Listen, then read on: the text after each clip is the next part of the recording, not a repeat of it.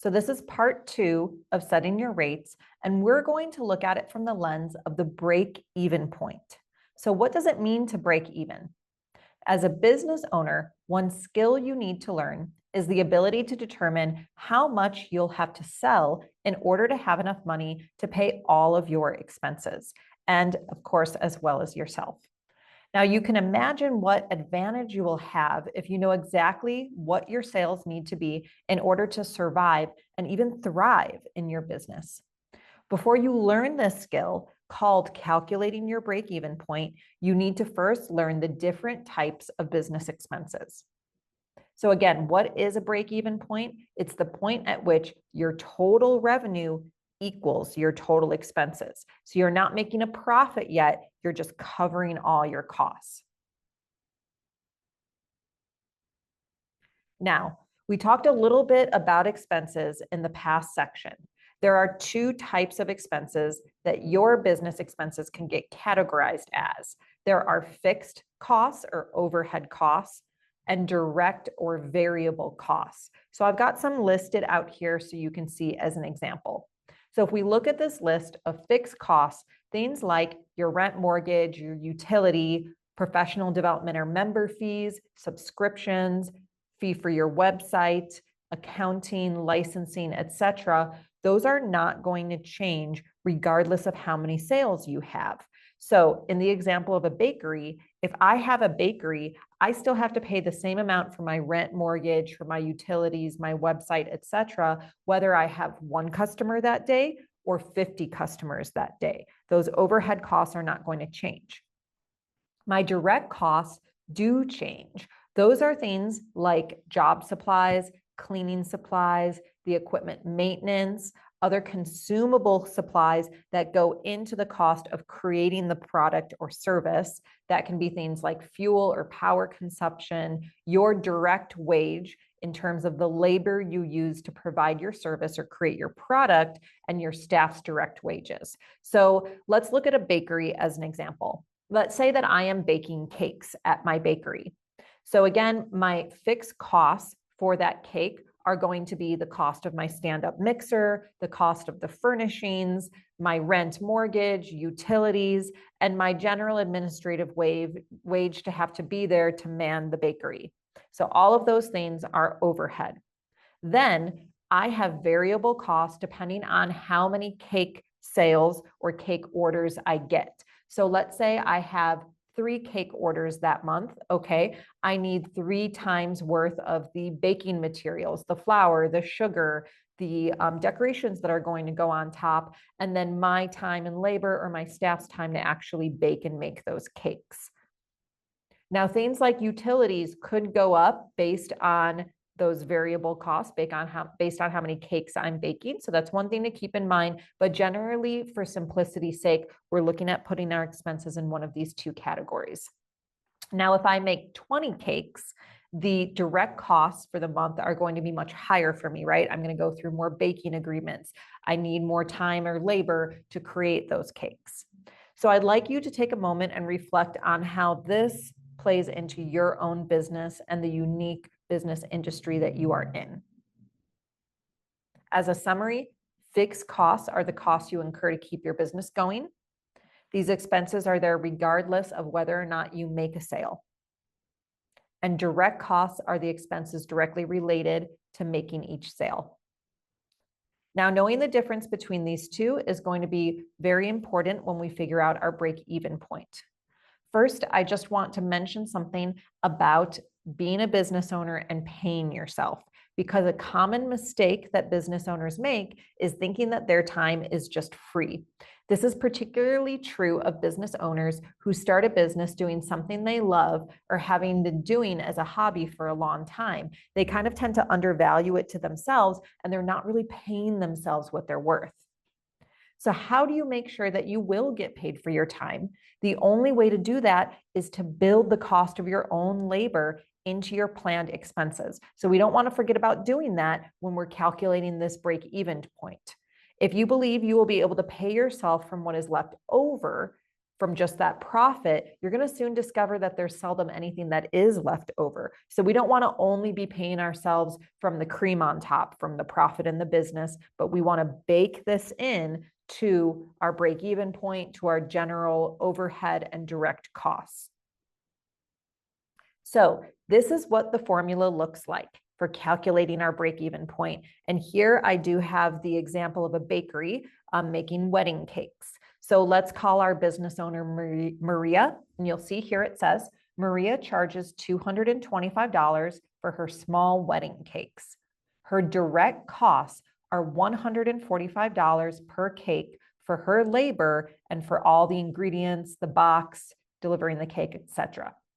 Her overhead expense for rent and the commercial kitchen, the admin wage, all totals up to $1,200 a month. So we're doing this on a monthly basis. It's going to keep it simple for us.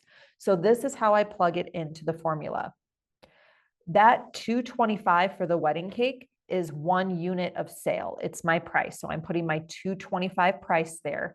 And then I am subtracting that $145 in direct costs, the cost to produce that 1 unit of sale, that one cake. So you want to do it on a scale of 1 unit of sale, whether you have a product or a service. Now I'm just simply subtracting the two, and I get the number here in green, which is $80. So $80, it's called in accounting terms, the contribution from each sale applied to the overhead, which I know is a little, may be overwhelming of a term, but I wouldn't worry too much about that. The reason it's in green is what I want to show you you do with that number is you take that $80 and you're going to go put it on the bottom line here on the left. So you can see above that, I've got my monthly overhead costs of $1,200, and then I've got my contribution from each sale, that $80, and I'm dividing here. So I'm going to divide. And when I divide $1,200 by $80, I get 15. So what this tells me is the number of units you must sell each month in order to break even. So for Maria to break even on her costs, she needs to make 15 small wedding cakes per month. Now you can look at this and calculate break-even point for all the specific products you have if you'd like to see how many of this do I have to sell to break even? How many of that do I have to sell to break even? And most importantly, you can use this to figure out if your business is feasible and if your pricing is realistic. So as you are determining your pricing, you're doing your research, you're looking at what competitors charge, but you're also using the break-even point calculation to try and figure out, is this realistic? Is this feasible? And you're remembering to build in a basic wage for yourself. Now, let's say Maria only makes 12 cakes this month. She doesn't hit her target of 15. Well, Maria's probably going to operate at a loss for that month. Let's say Maria makes 20 cakes this month. Well, then she's going to operate at a profit, and those extra 5 cakes that she made for the month, that is additional income for her. That's additional profit. And so that's a bonus for her. It's really exciting, but good thing she already factored in paying herself in those first 15 cakes that she made. So a refresher, the break-even point helps you arrive at the number of units you need to sell in order to break even. There's no profit or loss at this point. You simply break even. And to do this formula with simplicity, I highly recommend just calculating it on a monthly basis, plugging all the numbers in on a monthly basis. It's just going to save you a headache. Remember that this gives you the least number of units you need to sell to stay in business. All your sales you make over your break-even point beyond that are going to give you a profit, and making a profit is your eventual goal as a business owner.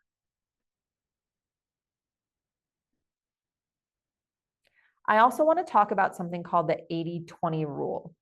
So the 80-20 rule states that 80% of outcomes often result from 20% of all the causes for any given event. So what does this mean as a business owner?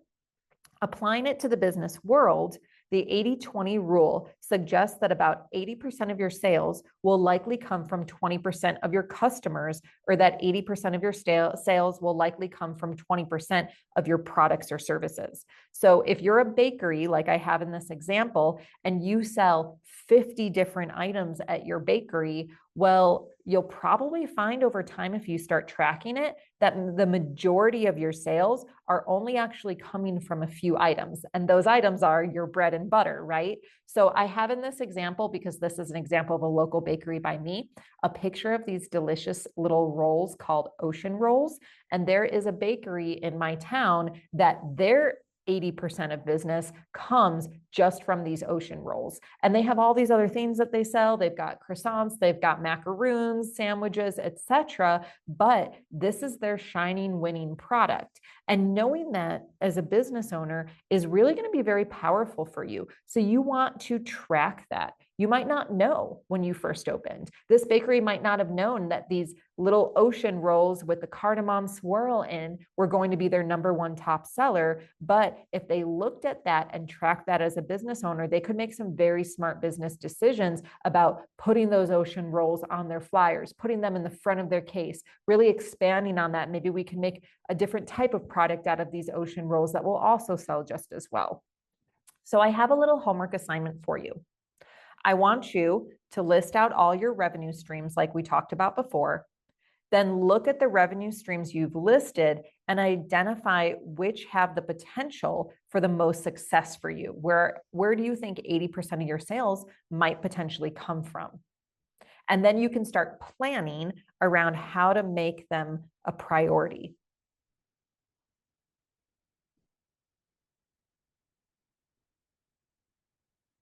So just to recap, there are several resources available for you to download after this section. I've got a gross revenue recording template, an expense recording template, profit and loss template, and a 12-month cash flow forecast template, which we're going to cover in the next lecture. All of these can be used in Excel or in Google Sheets and are available for you to use and are fully editable for you to use in your business in any way you see fit. Thanks, and I'll see you in the next lecture where we're going to go over cash flow forecasting.